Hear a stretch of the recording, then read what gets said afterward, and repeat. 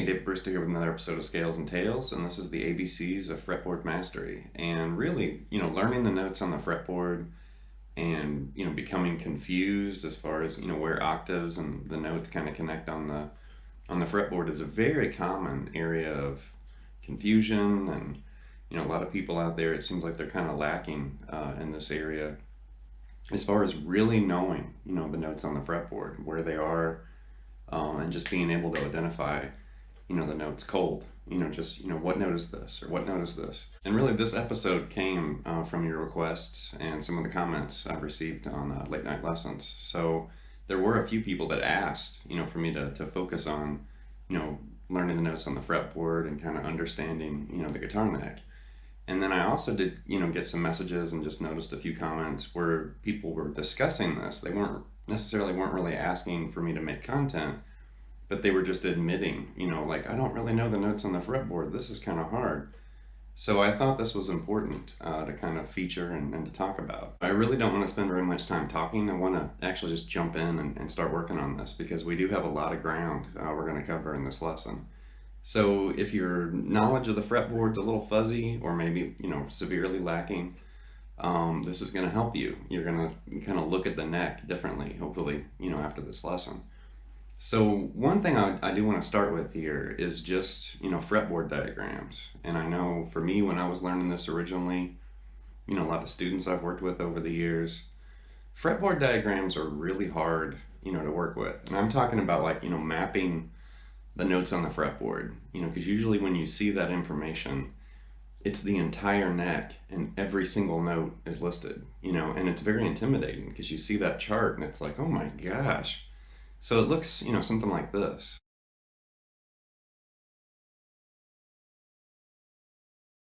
If you've been watching some of my, lessons and some of the material here, I really like to look at things in the easiest, most streamlined, simplest way possible. Because yeah, you can complicate things in music really quickly. You can make things very complicated and, terminology and jargon and all this stuff kind of gets thrown in. And it's really easy to get lost or just feel like, what are they talking about? Or what does this even mean? Or what am I practicing? So let's take the fretboard diagram and let's just remove all the sharps and flats. So that way we're just dealing with raw note names, A, B, C, D, E, F, G. And that would look something like this.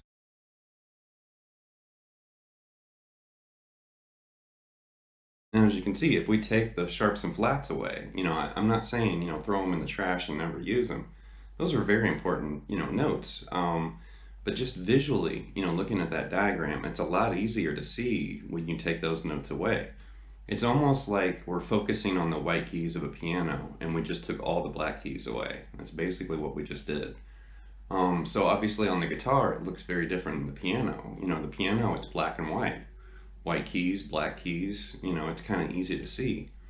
On the guitar, it's a different story. We've got notes on different strings and the way the guitar is tuned and the notes are arranged. It's confusing. This isn't easy. So as far as the ABCs of fretboard mastery, the ABCs is kind of a hint as far as what we're going to do.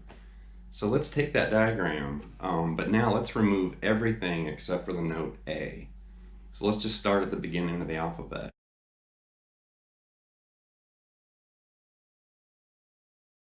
What we're going to do is we're going to actually divide the fretboard in half. And when you're working on the fretboard and the notes on the fretboard, it's important to realize what happens, at the 12th fret. The open string notes basically repeat, an octave higher. So the E, A, D, G, B, E repeats right there. Just an octave higher. So we're going to basically use that 12th fret and we're going to kind of cut the fretboard into two halves. Once we've kind of divided the neck, then we're going to start as low as you can, in standard tuning. We're going to start as low as you can and then identify every A on the neck, all the way up. So the lowest A you can play is the open A, right? And then the 2nd fret on the G, the 5th fret on the high E and the low E, the 7th fret on the D, the 10th fret on the B, and then we've kind of reached, that halfway point. So there's every A from open to the 12th fret. now at the 12th fret on the A string, now we're basically repeating what we just played an octave lower. So there's A on the 14th fret, A on the 17th fret on the high E. There's also A on the 17th fret on the low E, the 19th fret on the D, and the 22nd fret on the B. Way up there.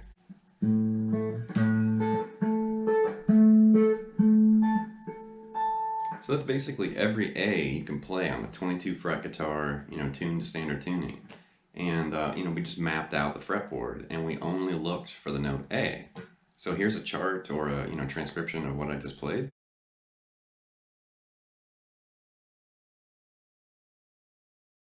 Now we're going to introduce the ABCs of this fretboard mastery, lesson. So now what we're going to do is we're going to locate the notes A, B, C, starting at all of those, A locations that we found on the neck. Now we're going to look for three notes, right? So there's A, B, and C.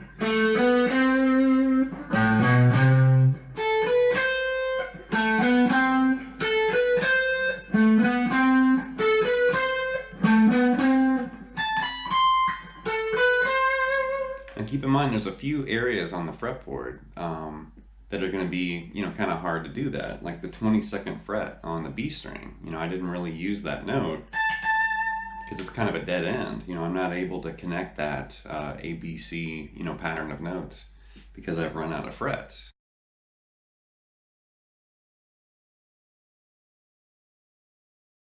Okay, now we can turn the ABC, three-note group into a full, Aeolian or natural minor scale. And we're just going to do one octave, fingerings here. Now keep in mind, since we're going to turn, those three-note groups into a full scale, there are some dead ends on the fretboard, and by a dead end, like the 5th fret on the high E string, we can play ABC, but we can't continue, through the scale. So we can't really use that note to do this. Now the 10th fret on the B string, we can basically grab the first 6 notes of the scale. And then just through, me being determined to reach, the octave, let's just shift up and grab G. And then you can bend that up to A. And then you can continue, of course. The 22nd fret on the B string, we're not really going to worry about that. That's kind of a dead end. And then also the 17th fret on the high E string is also a dead end because there's nowhere to really go to grab these notes. So keep that in mind as we, move through this. There's certain A's that we're not going to be able to access this way. If we flesh that out and start finding those scales, it would look and sound something like this.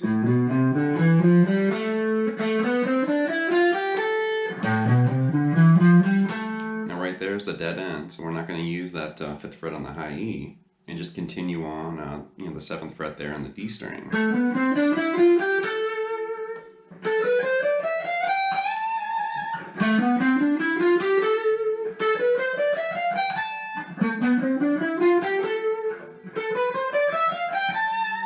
Now keep in mind, as we kind of move around the fretboard, you're literally just looking for any place you can start on the note A and then complete, that natural minor scale. So, I was talking about the dead ends. There's one there. We did find a solution for the 10th fret on the B. I mentioned the high E and that 22nd fret on the B string. So those notes are still playable and completely usable and useful, just not in this particular exercise.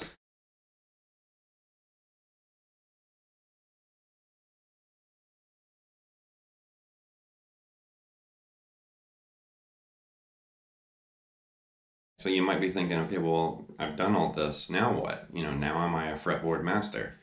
No, we're just starting. This is like the first step. So we located A all over the neck, and then we filled it in, A, B, C, and found those little 3-note groups. Then we turned the ABCs into full, 7-note minor scales.